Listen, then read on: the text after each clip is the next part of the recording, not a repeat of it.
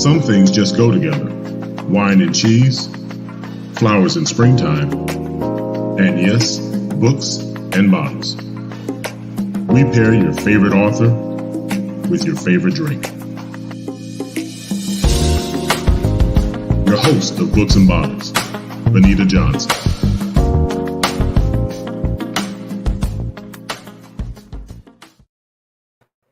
Hello and welcome to Books and Bottles. I am your host, Benita Johnson. This is our show where we introduce you to your new favorite author and we pair his or her work to our favorite wine or spirit. If this is your first time with us, you are in for a treat. This author is amazing and the subject matter is for the ladies. If you've been with us before, we appreciate your devotion, but please share. We want to grow our audience. So tonight, ladies, I was saying this for you.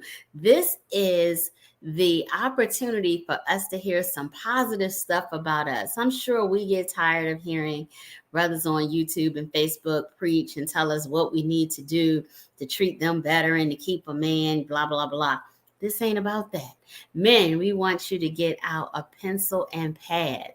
I am going to bring on my friend and author, Bruce Olamina Stevenson, and we talk about his book, Loving Her, 26 Affirmations for Men to Love Her Better. Hi, Olamina. Welcome, sis. Thank you so much for having me on. I appreciate you for being here to talk about your newest baby. Thank you. It was a pleasure and a joy writing it. Yes.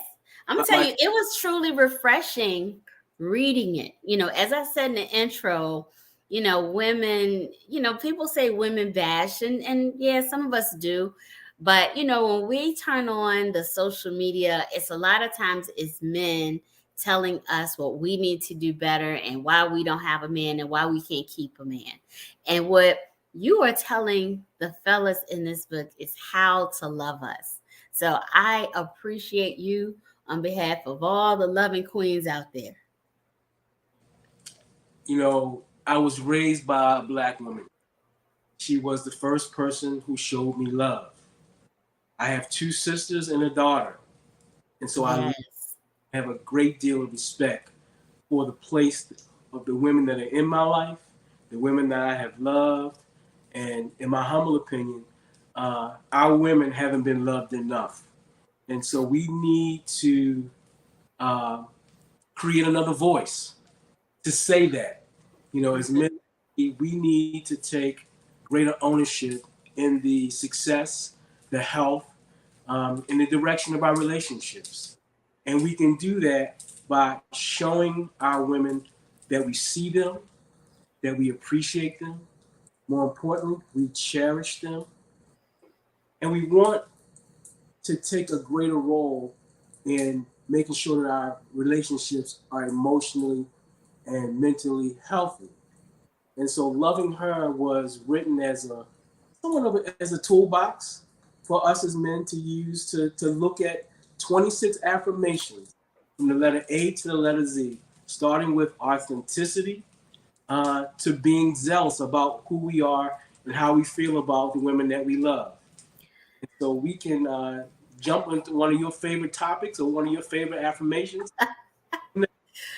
Well, before we even get there, I mean, we could end the show right now just based on that little 3-minute segment that you gave about what you see women need. You know, we need to be loved. And then, so, you know, if we're loved correctly, then, you know, the people who say, oh, they're mean, especially Black women. I feel like we get abused out here. You know, they're so mean and Black women are nasty. And that's why I want to be with Black women.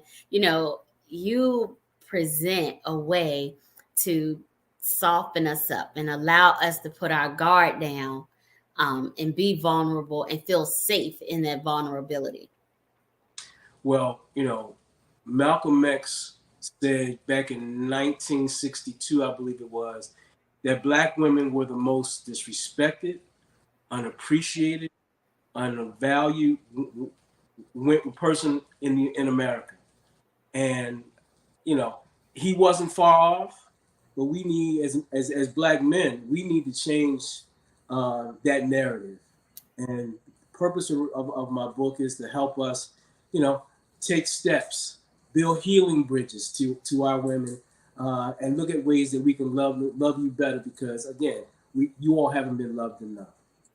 Thank you. So I know that you are a real positive brother. You're a dad, because I do have your other book sitting right next to me as well, because I will hold that up too. I know you're a dad, and that's very important to you. And you mentioned your daughter.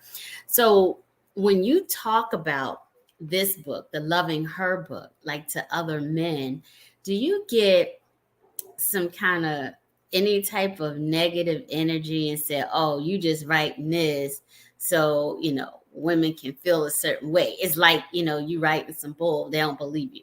Mhm. You mentioned the word vulnerability. Um, we as men need to become emotionally available in our relationship. We need to learn how to get in touch, to feel safe, to be able to express our feelings. Um, the book has been receptive to many men, but as you know, the male ego can be very fragile. And so for me to say to a brother, brother, you can do better, some of them think that they've already arrived and that they can't be told anything or they can't get better at what they do. And I'm of the mindset that we always can get better. We can always learn to step our game up, to be more authentic in who we are. Our relationships will always be evolving. You know, how many times have we heard in relationships? I have male friends who have been married for 20 and 25 years, and their relationships have become unfulfilling. They become sexist. You know, they're unhappy. They're on the fence whether to decide whether to stay or go. You know, I hear that theme constantly in many of our relationships. And Yeah. we can take personal responsibility, and we can take ownership in our relationships to improve what we do and how we do it. We can take a greater role to say, this is what I can do to enhance my relationship. This is what I can bring to rejuvenate what we may have lost. Um, and that's, it has, some of the master classes that I offer teach men, this may be where we are, but guess what? Are you in tune with what your woman wants? And have you Mm. her, you Yeah, know? because I think some people, and I'm not just gonna pick on the brothers. Sometimes it's women too, and we just feel like, I am who I am, take it or leave it, and I think some of that is fear, is that fear of growth. That's hard sometimes. It's not comfortable, and we like to sit in our comfort. Exactly. One of the things that I examine when I talk to brothers and even sometimes sisters, I ask us, have we checked our emotional DNA? Our Mm. emotional DNA started from the way we were raised and how we were treated by our parents, by the teachers, by the spiritual leaders that we've had in our lives. And were those experiences loving and positive? You know, because or were they just the opposite? Because our emotional DNA is the direct result of how we show up in our adult relationships. Too often, men in particular have experienced quite a bit of hurt and trauma, and it's hard for a Black man or man in general to get help, to go to therapy, to go to a doctor. And so what we do is we encourage men to check our egos, to look at self.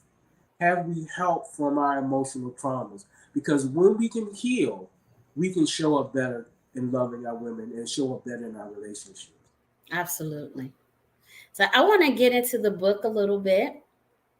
And so our viewers know, those who've been with us before, I don't tell a lot about the book because we want people to purchase the book. But I have to say, you said that this is A to Z. So I have to say to you and to our readers, I mean, it is tremendous the way you laid the book out. You tell us the thing and then you give the homework. You have the lesson. This is how you get there. And I think, this is like the book of no excuses. If the guys take this as their pocket guide to treating women better. And it's not just, it is romantic type love, but some of the, when you talk, the exercises are kind of romantic type, but just the concepts, it could be applied to just relationships in general. And I just love that. I fell in love with the way the book was laid out. And I do have to tell our viewers, you signed my book, and my book is number one because I bought the first one. So Yes, I love your support and thank you so much. thank you. All right, so I'm gonna jump to the T because I read the book. Um, Even though I've had it 4 days now, Mm-hmm. I took the time to read the book. So T, I want to start with the quote because you start all of your um, passages with a quote, and so T is togetherness, and it says, "Coming together is a beginning, keeping together is a process, working together is success." And that quote is by Mr. Henry Ford. And so in the I'm going to read the affirmation because you talk about it and then you have an affirmation and it says, "I affirm to make spending time together a priority in our relationship because you are my priority." So why did you choose togetherness? In your conversations with women and men, do you find that people take being in the same space, they confuse that with togetherness? Well, two things. In the hustle and bustle of doing life, getting caught up in the job, getting caught up in raising children, getting caught up in the mundane things, all we have to do, taking care of our families, we sometimes lose our connection to each other. And so to get up to the togetherness exercise has us to be able to sit back, take a moment, and just be, to sit still with one another, to do things or to do exercises to help us reconnect in all the mundane things that we find that disconnect us. And so the togetherness piece is all about us reconnecting on an emotional, on a mental level. And it almost doesn't have to mean that it has to be physical. Are we just at a point where we're on the same page emotionally and mentally about how we feel about the love that we share? You know, can we agree? Is the overall healthiness of how we feel about our love? Do we check in to make sure that we are okay with the love that we share? And so the togetherness piece is really about finding and reconnecting with one another um, to make sure we are whole, that we are healthy, and that we are feeling one another on an intimate level, and that we're not taking one another for granted. Thank you for that. So when you look at the exercise, where you start out seems so simple, but it's so important. It says, sit down with your woman, ask her what's one of her favorite meals, compile a list of the necessary ingredients to make it, and go to the market together to get what you need. So as a woman, and I've dated a lot, I've been married, um, it is, we notice sometimes that people just ask us a question just to, fill space. We don't feel like they are listening to the answer or listening to what I'm saying and trying to discern some of what I'm not saying. But this is an active process of I want to know the answer and I'm doing something about it to let you know I heard you and I understand. These exercises, these affirmations are about intention. It is about intention. It is about purpose. It is about bringing meaning and fulfillment to what we say we bring to our relationship. And so these are actions that we can take that can demonstrate and manifest the love that we have for one another. And it seems so simple, but these are things that, like you talk about, on this meal, once it's prepared, she's going to set the table, you're going to plate the meal. It seems so simple, but it's so important. And it's things that I feel we take for granted. We do. We like I said, life becomes so mundane. We forget that we need to connect. We forget about the intimacy that we need to share. And so, like I said, once you sat down, you've gone and you picked out that meal. Okay, so brothers, do something special while you're sitting there at that light on the way home. Take your hand and put it on a leg, and rub her thigh. You know, this is about building affection. While we're driving home, let's put on some of our old love music that used to rekindle. What does Ashford and Simpson say? Is it still good to you? Ooh, that's a good one. Yeah, I can. Immediately I am a romanticist, and I could probably write scripts on how to do this stuff. But while we're having dinner, kick my shoes off and let's play some footsie. Let's touch. After we've had dinner, baby, I'm gonna clean the table. You go start washing the dishes. I'm gonna put on some music. You're washing the dishes, and guess what I'm gonna do? While your hands are in the soap, I'm gonna walk up behind you. I'm gonna wrap my arms around you. I'm gonna kiss you on your neck. I'm gonna put my arms and my hands in the water with you, and we're gonna wash those dishes together. That's what I'm talking about. Wash those dishes together. It's all about touch and feel and deepening intimacy between us. So that's a perfect segue to the X. Uh-oh. The X is X-rated ecstasy. Mm-hmm. And the quote is, coffee and love taste better when hot. That's an Ethiopian proverb. And the affirmation is, today and in these moments, I affirm my love for you physically, emotionally, mentally, and spiritually. So this one takes a little preparation. This exercise, again, I wanted not just to give brothers something to read, but I wanted to give them something they could do to manifest what the affirmation looks like. And so this particular exercise for ecstasy, we put together some roses, some chocolates, some candles. We're gonna run a bath. We're going to do mental foreplay with you all day long. The morning's going to start out. We're going to take a shower together if we can. Not to have sex, but just the intimacy of taking a shower together. And saying trying to build that intimate environment. Just to build that intimate. This is to start it off in the beginning. I'm going to start showing you how much I feel that I'm building up how I'm going to treat you later on in the afternoon. And so in the morning, I'm going to kiss you gently before I leave, passionately before I leave the door. When I get to work, when you get to work, that's what I'm going to do. I'm going to send you a couple text messages during the day. I'm going to say something flirtatious to you. I'm going to ask you to wear that, be prepared for the night, sister, because I'm going to put something on you, and you send messages like that throughout the day. Maybe before you leave work, let her know, hey, I've been waiting for this for a while, and I'm going to take care of you when I get home. So, when you get home, pull out that piece of your favorite lingerie, because we're going to need this, when we get home. I give the brothers even the ingredients that we need to make this intimate evening take place. So it's getting the chocolates, getting the rose petals, getting the bottle of wine, getting your playlist ready. Because it's about to go down, as Kevin Hart might say.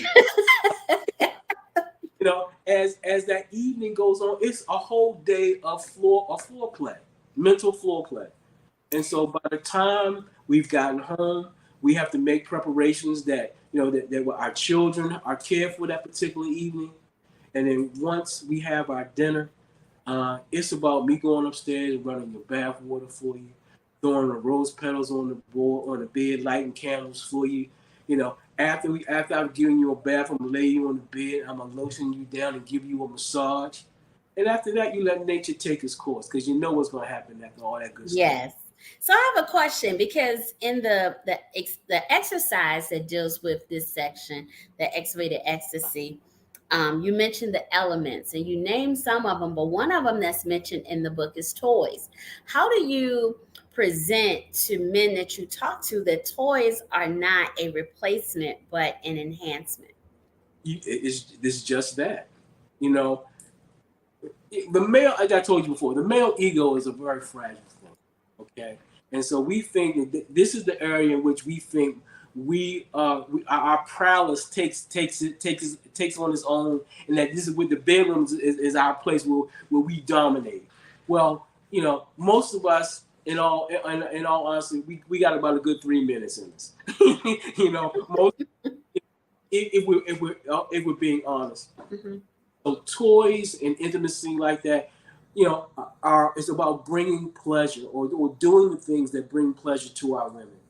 And if toys are, or you know, lotions or massage oils or feathers are things that bring pleasure, then I recommend highly that brothers be open to accepting the fact that sometimes toys are just one of those things that bring our women additional pleasure, and sometimes men as well. You know, it brings excitement to the bedroom. I like that. And so just to add, just for our listeners, this book has date ideas and it goes into detail with those. I mean, it has how to plan these events. This book is just so much. So, sisters, get the books. You know, we're coming up during the holiday season. Buy the books for all the men in your life that complain. You know, buy the book for yourself so you know what they're supposed to be doing for you. And, you know, look, don't look at your man with the side eye when he ain't doing it, but look at him with the side eye when he ain't doing it. So Look at I it as a know this isn't your first book, so I wanted to take a couple minutes and talk about another book that you wrote. It's called The Spirit of Fatherhood: Embracing Our Role as Fathers and Reclaiming Our Children. I'm gonna hold that one up. So tell us, just to give us your elevator pitch on what the background of this book and what we can take away from it. well, loving our women better because they haven't been loved enough is a passion for me, and then so is fatherhood. Because one of the most revolutionary things a black man can do is to raise a family with a black woman. And our children need their fathers in their lives. And so I went through I guess what you call a very ugly divorce where I had to fight to be in my children's life. And I promised God that if I was going to be able to be in my children's life in a meaningful way, that I was going to dedicate my life to talking about the role that men need to play in their children's lives. And so back in the early 1990, I formed an organization called Embrace Fatherhood. Embrace stands for modeling, bonding, reclaiming, atoning, celebrating, and educating fathers. It's an acronym that we as men needed to do to step up and be in our children's lives. So in the book, I talk about the roles of that men need to do. Like, for example, even before our children come into the world, the way we take care of the mother, the way we rub her feet, going to prenatal visits, all of those things are important that we do those things to help the pregnancy and the delivery of our children. It starts then. And if we can be nurturing and we can show our women love, how they bring life into the world becomes an easier thing. And so in the book, I talk about how men become better fathers. I deal with what fatherlessness looks like in the black community. I talk about how we deal with each other in the family court systems and how the game we've played to prevent men from being in their children's lives. But I think the best chapter in that book talks about it's called keeping our children whole when their families aren't. And it's about developing effective co-parenting strategies that show parents how to put their children first when they don't live together. Yes, that's so important. And I appreciate you for sharing that and giving folks some insight because, we've seen it, it's just crazy how folks discount the role of fathers and especially Black fathers. So I appreciate you for teaching our young men and older men just how to step up and how to be present. So tell folks how they can get your book. Loving Her, our website is lovingherbetter.com. Okay. And you can find us on IG, Instagram, the same way, Loving Her Better. And I encourage you all to go and look at our content, follow us because we have a lot of exciting things coming. We're going to be offering a masterclass. It's funny. Right after we left the book event down at the Vegan Soul, Enrichment. it was because you talked about women buying the book. One sister said, "My husband needs this book." She left. She bought a friend back. Her friend said, I saw this book. My husband needs this book too. They left again. Benita, they came back with 4 different friends. See? Women who want to buy this book for the men in their lives. And so consider it a gift. It's a gift to you that you give to them because we learn how to be better men and how to love you all better. Well, I'm coming back to the site because I need to get a couple more. So I definitely be back. So I so appreciate you. I know you're going to do amazing things. I'm going to be up in Baltimore when you have the big launch, whenever that is. I don't care. I'm coming. You got to come. You've done Richmond. Now you got to come to DC and do something with me. But I'm so excited and I'm honored that you took your time to be on Books and Bottles. I thank you so much and I appreciate you so much for giving me an opportunity to share this voice, this vision, to let men know, hey, brothers, we can do better. There's always something that we can do better to appreciate, to cherish, to get better at this game that we call love. And so let's step our game up. Let's take ownership of our stuff. And let's look at ways that we can definitely show our women that they are very much appreciated. And we raise you up in such a way that love is what we need to be about. Thank you so much. Thank you to our viewers for tuning in today. If we have authors out there and you'd like to be a part of Books and Bottles, please email us at info@grose.prod. Thank you again for tuning in. Remember to share. And until next week, cheers. Camped out at home for COVID? Join us, Indie TV, where you will see the talk shows, movies, drama, action, and comedy. Be the first and see it first. Sign up now for free